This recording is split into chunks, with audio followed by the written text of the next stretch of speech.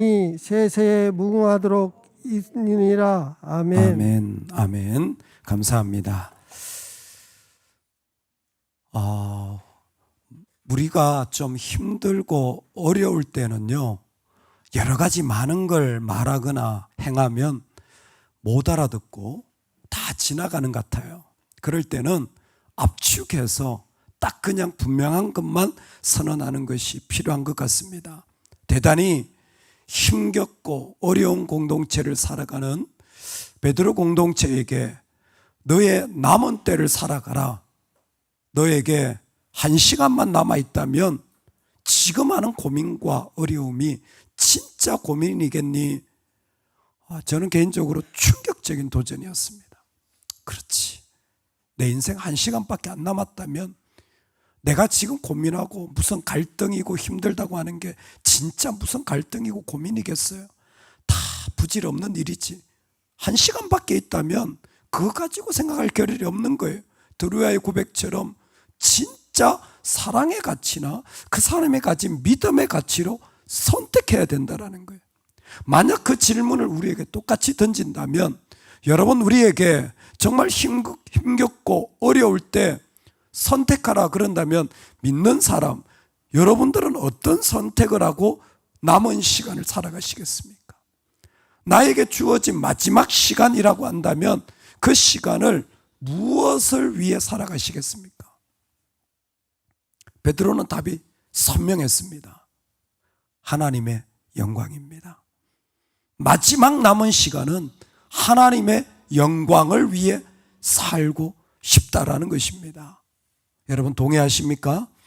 믿는 자들이 이 땅에 하나님의 그 놀라운 사랑과 그리스도의 보혈로 구원을 받아서 이 자리에 섰다면 이제 하나님이 나에게 주신 이 시간은 바로 하나님의 영광을 위한 때라는 겁니다.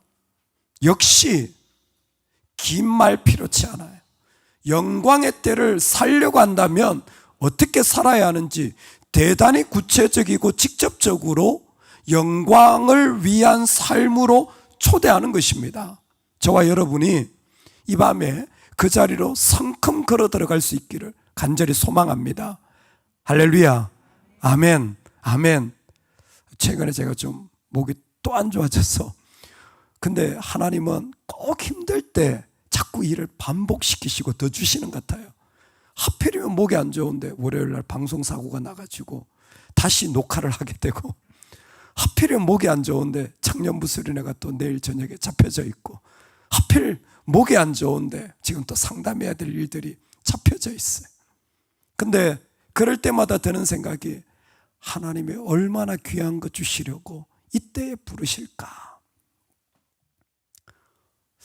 수요일 메시지와 오늘 이 밤의 메시지는 정말 잊지 못할 메시지가 되어질 것 같다는 생각이 듭니다. 저는 개인적으로. 여러분들 어떠실지 모르겠습니다.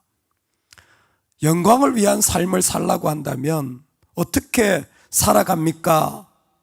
1단계가 뭐냐면 근신하여 기도하라 라는 것입니다. 근신하여 기도하라 라는 것입니다. 어렵지 않죠? 근데 근신이라는 말이 베드로전서 1장에 보면 근신하여 예수 그리스도께서 나타나실 때에 너희에게 가져다 주실 은혜를 온전히 바랄지어다 라는 말로, 우리가 하나님 앞에 근신한 마음으로 하나님을 신뢰하는 마음으로 기도하는 그것은 곧 은혜의 자리가 그 사람 가운데 채워지고 부어지는 거예요. 즉 하나님의 영광을 위하여 살고 싶다면 기도를 통하여서 너의 그릇을 은혜로 채우라는 것입니다. 여러분, 하나님의 영광을 위해 살고 싶다면 여러분들의 마음이 하나님의 은혜로 채워지기를 소망합니다. 내가 하나님의 은혜가 채워진 그릇이 되어져야 바로 영광을 위한 삶이 가능한 겁니다. 은혜로 채워지는 게 왜 중요합니까? 이건 야고보서를 보면 분명한데, 은혜가 있어야 가능한 성도의 삶이 뭐냐면 그리스도에게 순복하는 게 가능해요. 특별히 순복이라는 단어를 기억해 주십시오. 순복하는 게 가능해집니다. 은혜가 있어야 순복이 가능해져요. 적극적으로 순종하는 것입니다. 그냥 순종이 아니라 하나님을 적극적으로 내가 능동적으로 달려가서 하나님을 받아들이는 수동이 일어나는 게 순복이에요. 우리는 철저히 하나님을 받아들여야 가능한 존재잖아요. 그런데 이 사람은 어떻게 하냐면 눈을 불을 켜고 결단하면서 내 삶의 모든 에너지를 부어서 주님, 제가 순종하겠습니다. 제가 주님 앞에 내 모든 걸 드리겠습니다. 이 사람에게 일어나는 일이 뭐냐면 마귀가 물러갑니다. 이 사람한테 마귀가 달라붙질 않아요. 어줍지 않게 순종하면 마귀가 달라붙어요. 마귀를 대적하라 라는 말씀이 가능한 사람이 누구냐면 철저히 자기를 주님께 순복한 사람이에요. 여러분, 우리가 마귀를 이기는 방법이 저는 이 길이라고 생각합니다. 내 마음을 온전히 하나님께 붙잖아요. 하나님께 적극적으로 순종하잖아요. 정말 쏟아부으면요, 시험될 일이 없어요. 시험될 거리들이 그냥 지나갈 수밖에 없습니다. 너무 큰 어려움인데도 나한테 지금 거기에 여유를 줄 마음이 없어요. 왜? 하나님께 순종해야 될 일들이 너무 중요하기 때문입니다. 내가 지금 하나님 앞에 달려가야 될 삶의 자리가 너무 중요하기 때문이에요. 그래서 근신하는 자는 어떤 삶의 자리를 가지냐면 하나님께 은혜가 필요하고 그 주님께 나를 온전히 내어드릴 수밖에 없어요. 왜냐하면 내가 에베소서 표현의 본질상 진노의 자녀이기 때문에, 내가 본질상 진노의 자녀이기 때문에 그래요. 쉽게 말하면 나는 죄인이에요. 요즘 말로 다시 현대어로 설명하자면 나는 완벽하지 않아요. 나는 옳지 않아요. 나는 뭐 본질상 진노의 자녀예요. 나는 옳지 않아요. 여러분 인정하십니까? 내 생각이 옳지 않다는 거 인정하실 수 있습니까? 내 판단이 옳지 않다는 거 여러분 인정하실 수 있습니까? 그거 인정하는 사람이 죄인이에요. 근데 죄인들이 제일 안 되는 게 내가 옳지 않다라는 그 말을 내 입술로 고백하는 게 참 어려운 거예요. 요즘 특별히 중독이 많습니다. 도박, 성, 알코올, 인터넷, 얼마나 중독이 많은지 몰라요. 근데 얼마나 많은 사람들이, 특히 부모님들이 아이들이 게임에 중독되어 있으면 하지마. 중독된 사람은요, 하지마 한다고 절대 그거 끊지 않습니다. 그거 안 끊어져요. 해보시면 알아요. 중독되어 있는데 그 하지만 여러분 왜 중독이 되는 줄 아세요? 처음엔 재밌어서 합니다. 중간에요, 모든 알코올이든 성이든 인터넷이든 포르노든 뭐 게임이든 중독되는 사람들 중간 단계가 있어요. 그게 뭐냐면 자기가 하면 안 된다라는 걸 느껴요. 내가 이렇게 계속하면 안 되는데, 그런데 계속해요. 내가 이런 말, 이런 모습 하면 안 되는데 계속하는 거예요. 그 부담감을 안고 계속해서 그 일을 하기 때문에 이 사람은 거기서 빠져나오지 못하는 거예요. 자기가 그 부담감을 안고 거기에 들어갔기 때문에 모든 게 다 그게 쏟아부어진 거예요. 순복이라는 말과 너무 유사합니다. 완전히 거기에 자기의 모든 걸 다 부어버린 거예요. 자기의 감정, 의지 다 부어버린 거예요. 요즘은 죄송한 표현이지만 이 반려견 중독자들도 많은 것 같아요. 완전히 다 쏟아부은 것 같아. 근데 이렇게 하면 안 되는 데까지 다 부은 것 같아요. 어떻게 그러면 중독되어 있는 그 사람을 거기서 끄집어냅니까? 제일 첫 번째 단계가 성경에 있는 이 과정이에요. 내 모습을 시인하는 거예요. 내 모습을 시인하는 거예요. 어떤 시인입니까? 내가 중독자입니다. 내가 알코올 중독자입니다. 내가 도박 중독자입니다. 이거 시인하는 거예요. 결코 쉽지 않아요. 근데 시인을 할수록 그 사람은 점점 자기의 연약함과 부족함, 심지어 그런 부담감까지 끌고 들어갔던 것을 종국에는 인정하게 돼요. 그걸 다시 보게 되어지는 겁니다. 여러분, 우리 신앙에 왜 기도하냐면 기도를 통하여서 우리가 하나님 앞에 정말 부족한 자라는 것을 인정하고 고백하기 시작하는 거예요. 그래서 이 영혼은 19절에 보면 미쁘신 조물주께 부탁하는 기도를 할 수밖에 없어요. 내가 불완전하기 때문에 나는 은혜로 채워져야 해요. 은혜로 채워질 때 그 사람은 온전히 하나님을 순종하게 되어지고 마귀는 거기서 물러가게 될 줄로 믿습니다. 이게 영광을 위한 첫 번째 단계예요. 여러분, 일하지 마십시오. 여러분, 뭔가 일으키려고 하지 마세요. 먼저 내가 은혜로 온전히 나를 하나님께 완전히 순복하는 자리로 들어갈 때에 비로소 그곳이 하나님 앞에 영광 올려드리는 자리가 되는 줄로 믿습니다. 두 번째 단계는 오늘 말씀에 그대로 표현했어요. 정신을 차리고 건신하여 기도하라. 무엇보다도 두 번째로 가라는 거죠. 뜨겁게 서로 사랑할지니 사랑은 허다한 죄를 덮느니라. 베드로는 명확했습니다. 이 땅의 사람들을 만나면 존중해라. 하나님에 대해서는 두려워해라. 함부로 하나님, 다른 것은 몰라도 하나님에 대해서는 함부로 네가 생각하는 판단하지 말고 두려워해라. 그리고 만약 네가 교인이라면 한 가지 특징이다. 사랑이라는 거예요. 분명합니다. 네가 교인이라면 교인의 특징은 사랑이라는 겁니다. 가짜 교인은 사랑이 없어요. 근데 진짜 교인은 사랑이 있다라는 것입니다. 오이코스 공동체에 부탁하는 것이 무엇이냐면 진심으로 상대방을 불쌍히 여기고 자신을 낮추는 그 마음, 그게 바로 이 사랑의 모습이라는 거예요. 그것도 뜨겁게, 얼마나 마음이 강한지 정말 불쌍히 여기는 그 마음으로 잘 됐으면 좋겠다. 여러분, 이 마음만 가지시길 바랍니다. 참 마음이 아프다. 그리고 정말 잘 됐으면 좋겠다. 할렐루야. 우리 저를 따라서 해봅시다. 제 마음이 아픕니다. 정말 잘 됐으면 좋겠습니다. 저는 성도를 봐도 마음이 안 아픈데요. 병 드셔서 그래요. 자기 의의 병이 들면요, 성도를 봐도 마음이 안 아파요. 어떻게 마음이 안 아플 수가 있죠? 자식을 보면 마음이 아프잖아요. 얘가 이렇게 힘든데, 이렇게 어려운데. 배우자를 보면 마음이 아프잖아요. 할렐루야. 안 아프세요?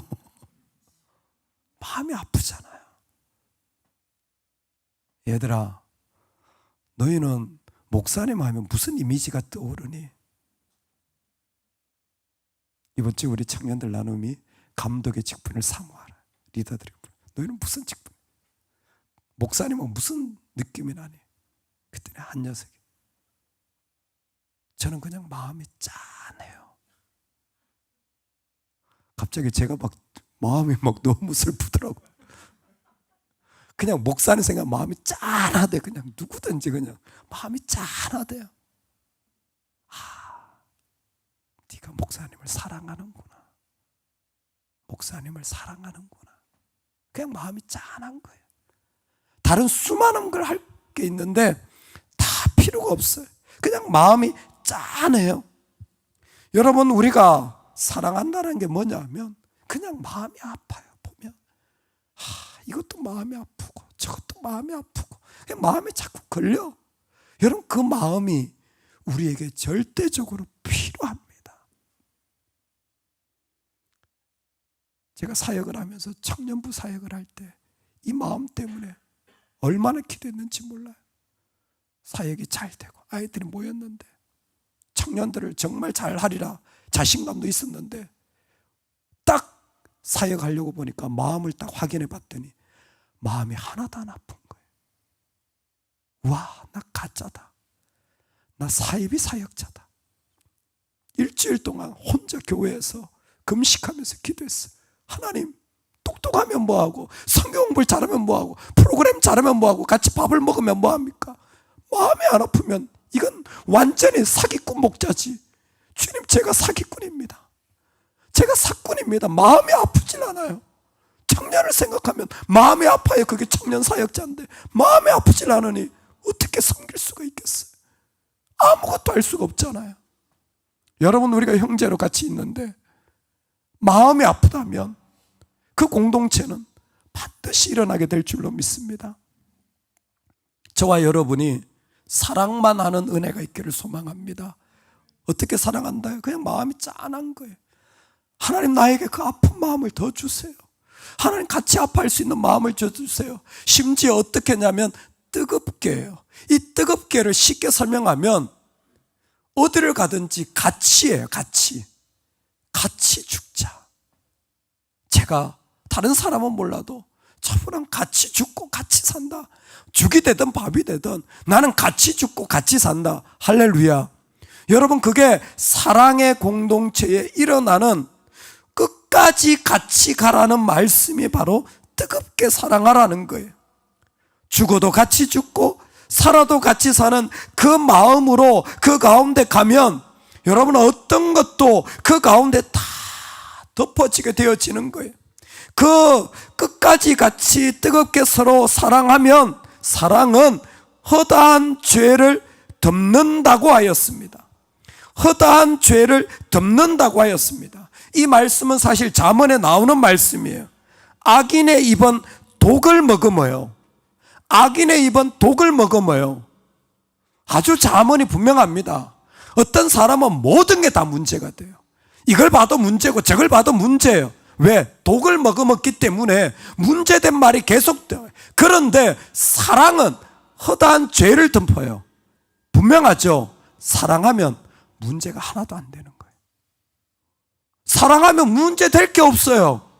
내 마음이 너무 짠하고 같이 죽으려고 하니까 얘 문제인데 나한테 문제가 안 돼요. 그냥 나는 그걸 받아들일 수밖에 없어요. 이해가 안 되십니까? 자식을 보십시오. 문제로 보이잖아요. 그런다고 버립니까? 아니요. 문제인데 문제가 안 돼요. 그걸 문제로 말하질 않아요. 그냥 내가 같이 가는 거지. 내가 품고 가는 거지. 이거 너 문제이기 때문에 너는 오늘부터 우리 집 자식 아니야. 이렇게 말하는 부분 하나도 없습니다. 같이 어떤 것도 걸어갈 때에 문제가 되어지질 않는 게 바로 사랑의 속성이에요. 얼마나 놀라운 자리입니까? 우리가 그런 마음으로 있는다면 하나님은 영광 받으시게 될 줄로 믿습니다. 아멘. 세 번째 사랑의 단계가 있다면 바로 서로 대접하는 것입니다. 우리 9절 10절인데 다 같이 한번 읽어보겠습니다. 시작. 서로 대접하기를 원망 없이 하고 각각 은사를 받은 대로 하나님의 여러 가지 은혜를 맡은 선한 청지기 같이 서로 봉사하라. 아멘. 영광의 길을 걸어가고 싶다면 첫 번째 기도하십시오. 은혜로 나를 채우십시오. 그럴 때 내가 온전한 순복이 가능해져서 마귀도 물러가게 되어지게 될 줄로 믿습니다. 내가 하나님 앞에 엎드려 보면요, 은혜가 필요한 죄인인 것을, 내가 옳지 않다라는 것을 고백할 수밖에 없습니다. 근데 그때부터 나는 하나님 앞에 일어나기 시작하는 거예요. 어떤 사랑의 삶으로. 나도 옳지 않은데 그를 보면 마음이 찬한 것으로 하나님 묶어주셨으니 죽어도 같이 죽고 살아도 같이 살자. 하나님이 그 마음 주실 때 어떤 것도 문제가 되어지지 않는, 어떤 것도 방해가 되어지지 않는 그저 사랑할 수밖에 없는 그 마음으로 우리를 세우실 때 그 사람이 하나님의 영광을 위한 자리로 세우시는 자리가 바로 그때서야 섬기는 자리예요. 서로 대접하는 자리입니다.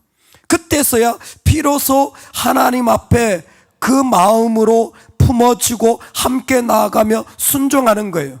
그런데 여러분, 오늘 말씀해 보면 서로 대접하기를 원망 없이 하라고 했습니다. 이 부분만 설명하기를 원합니다.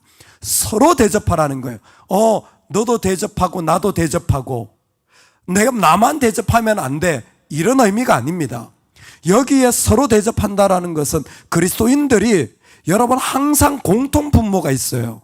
교회는 항상 공통 분모가 있어요. 예를 들어서 내가 이 사람을 섬깁니다. 나도 이 사람을 섬겨요. 아니면 저 사람도 이 사람을 섬깁니다. 다 모양이 달라요. 은사가 다르기 때문에. 은사가 다 달라서 모양이 섬기는 게 다 다르고 스타일도 다르고 섬기는 영역도 달라요. 근데 공통 분모가 하나 있어요. 뭘까요? 다 다른 은사로 섬기지만 하나님이 주시는 공급하는 힘으로 섬기는 거예요. 다양한 모습으로 섬기지만 진짜 섬기는 자들은 하나님의 능력으로 섬기는 겁니다. 즉 은혜를 받아가지고 하나님 앞에 은사를 받아가지고 하나님 앞에 물질의 복을 받아가지고 하나님 앞에 무엇인가 힘을 받아가지고 섬기는 게 서로 대접하는 거예요. 여러분, 서로 밥을 많이 사다 주는 게 대접 아닙니다. 서로 밥을 많이 사다 주면요, 어떤 결과가 나오는지 아세요? 왜 맨날 나만 사? 왜 저 사람 얻어먹기만 해? 뭐야 이거? 왜 내만 이런 일을 해야 돼? 하나님의 힘이 아니라 자기 힘으로 한 거예요. 자기 힘으로 한 자들은 반드시 원망이 나옵니다. 그래서 여러분 잘 구별하셔야 돼요. 아이들을 섬깁니까? 찬양으로 섬깁니까? 교회를 섬깁니까? 직분으로 섬깁니까? 원망이 나오는 사람은 딱 끊어줘야 돼요. 입 닫으세요. 네 힘으로 하지 말고 하나님 힘으로 해. 가르쳐줘야 됩니다. 하나님 힘으로 할 줄 모르면 멈춰, 내려와. 아직 당신은 거기에 설 감이 아닌 것 같아. 은혜부터 받는 거, 하나님 앞에 사랑하는 법부터 배워. 그리고 그 자리에 가. 그래도 안 늦어. 할렐루야. 대접하기를 원망 없이 하라는 건 분명합니다. 하나님이 공급하여 주시는 힘으로 하면요, 그 사람은 섬기는 것 자체가 은혜가 되고 자신이 힘을 얻어요. 이 하나님의 공급하는 힘이 무엇인지는 앞에서 말씀하여 주셨습니다. 하나님의 살아있는 말씀이에요. 즉 섬기는 자는 어디에서 힘을 얻냐면 하나님의 살아있는 말씀에서 힘을 얻고 은혜를 이미 그 안에 품은 거예요. 그렇기 때문에 계속해서 그 자리에 섬겨나가고 어떤 자리로 섬기더라도 괜찮은 것이, 하나님의 말씀의 능력이 그의 마음을 완전히 부여잡기 때문에 그 마음이 그곳에서 흔들리질 않는 거예요. 어떤 자리도 원망이 아니라 오히려 그것으로 감사한 거예요. 왜? 나는 그 능력으로 말미암아 세움을 입었다는 게 분명하니까. 하나님과 친밀한 사람일수록 그래서요, 섬김이 강하게 드러납니다. 주님과 친밀한 은혜를 누린 사람일수록 어떤 자리든지 섬기는 것이 방해가 안 돼요. 어떤 모습이든지 마음껏 섬길 수가 있는 거예요. 그래서 섬김이 아름다운 겁니다. 섬겨보면, 섬김의 자리에 부름받아 보면 내 영적 실상이 뽀록 나는 거예요. 다 드러나는 거예요. 왜? 내 힘은 반드시 한계가 있기 때문에. 어떻게 우리가 하나님을 영광스럽게 합니까? 불가능해요. 근데 하나님의 능력으로 나아가는 자들은 어떤 모양이든지 힘들지가 않아요. 한 15년 전에 한참 한국교회 유행했던 게 브라더 로렌스의 하나님의 임재 연습이라는 책입니다. 저도 우리 교인들 거의 다 선물했던 적이 있습니다. 한 100권 정도 샀었어요. 그게 뭐냐면 분초마다 하나님과 같이 있는 친밀함을 연습하자는 거예요.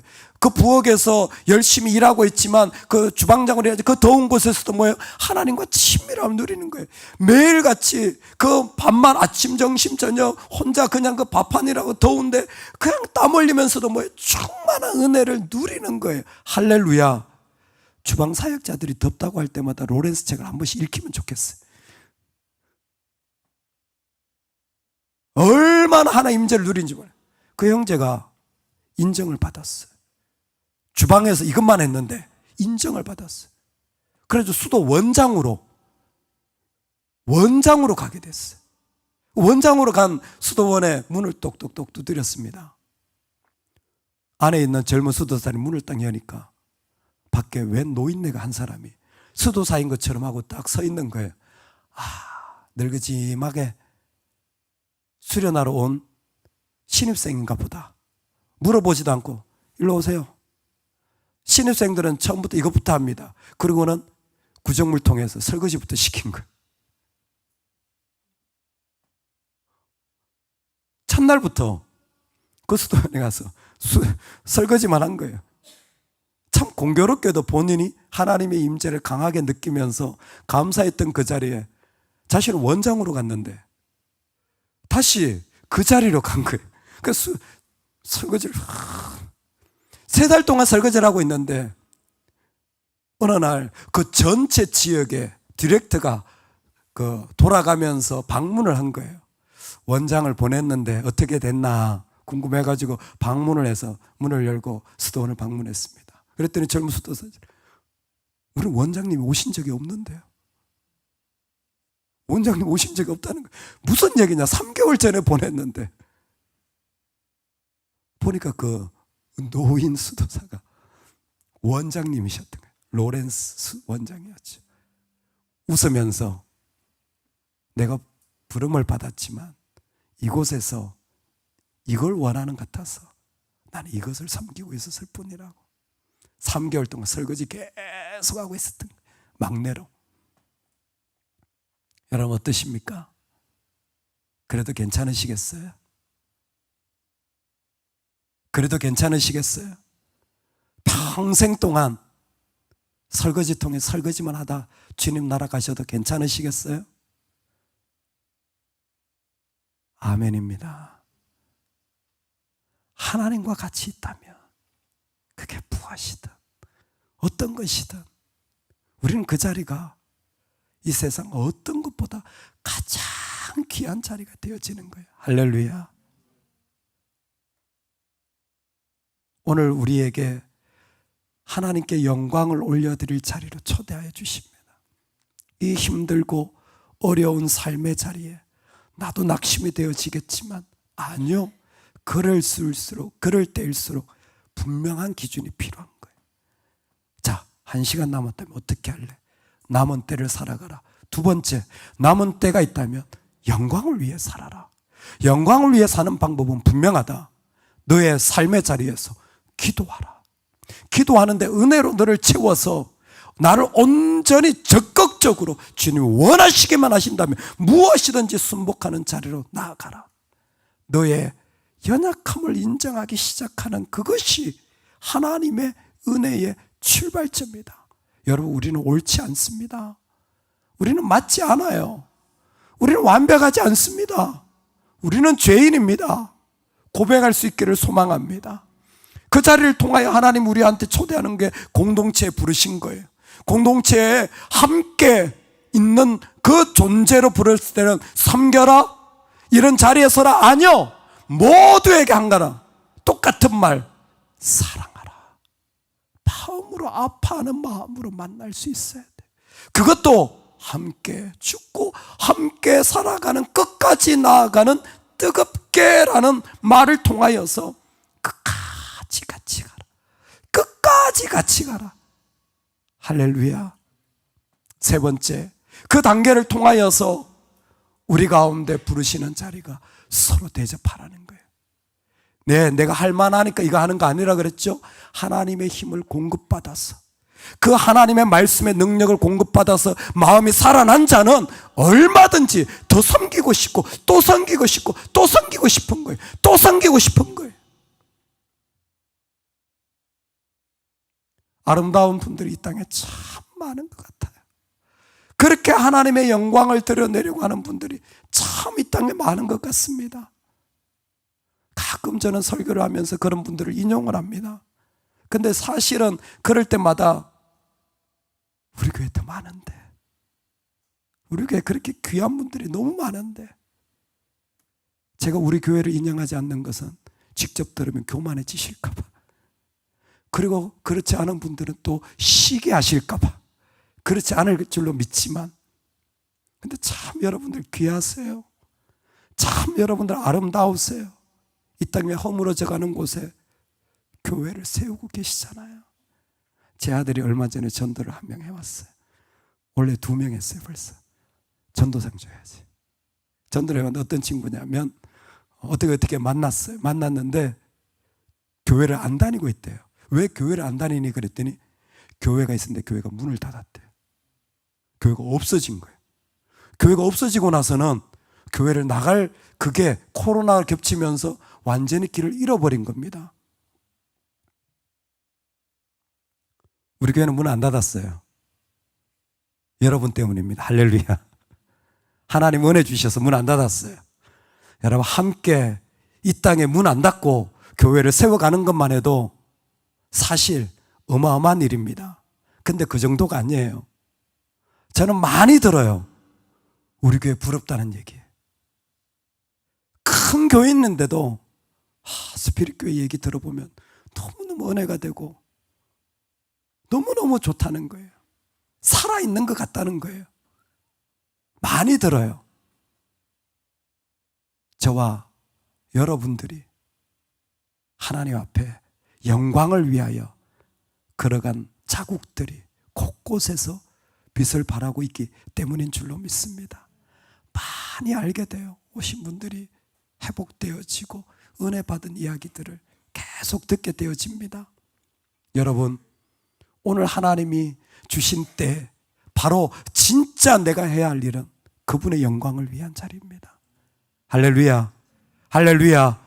저와 여러분이 그 자리를 살아갈 수 있기를